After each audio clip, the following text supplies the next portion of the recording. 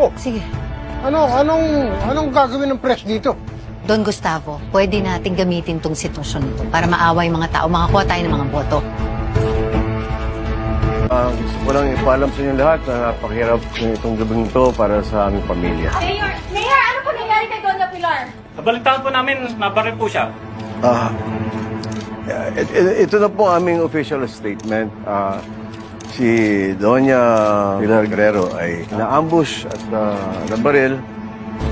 Sa kasalukuyan ay siya ay nasa critical condition.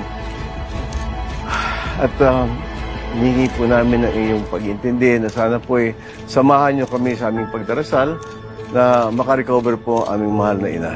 Mayor, sa tingin niyo po, sino po kami pakana ng pagbaril kay Donna Pilar?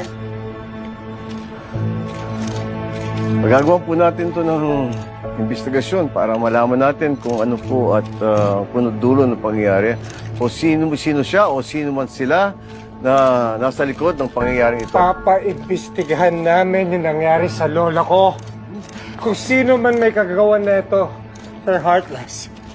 Di kasali yung lola ko sa eleksyon na to at siya pa yung nadamay dito. Sorry. Pasensya na po ang ating Congressman Miguelito dahil naging emotional siya. Kaya po sinabi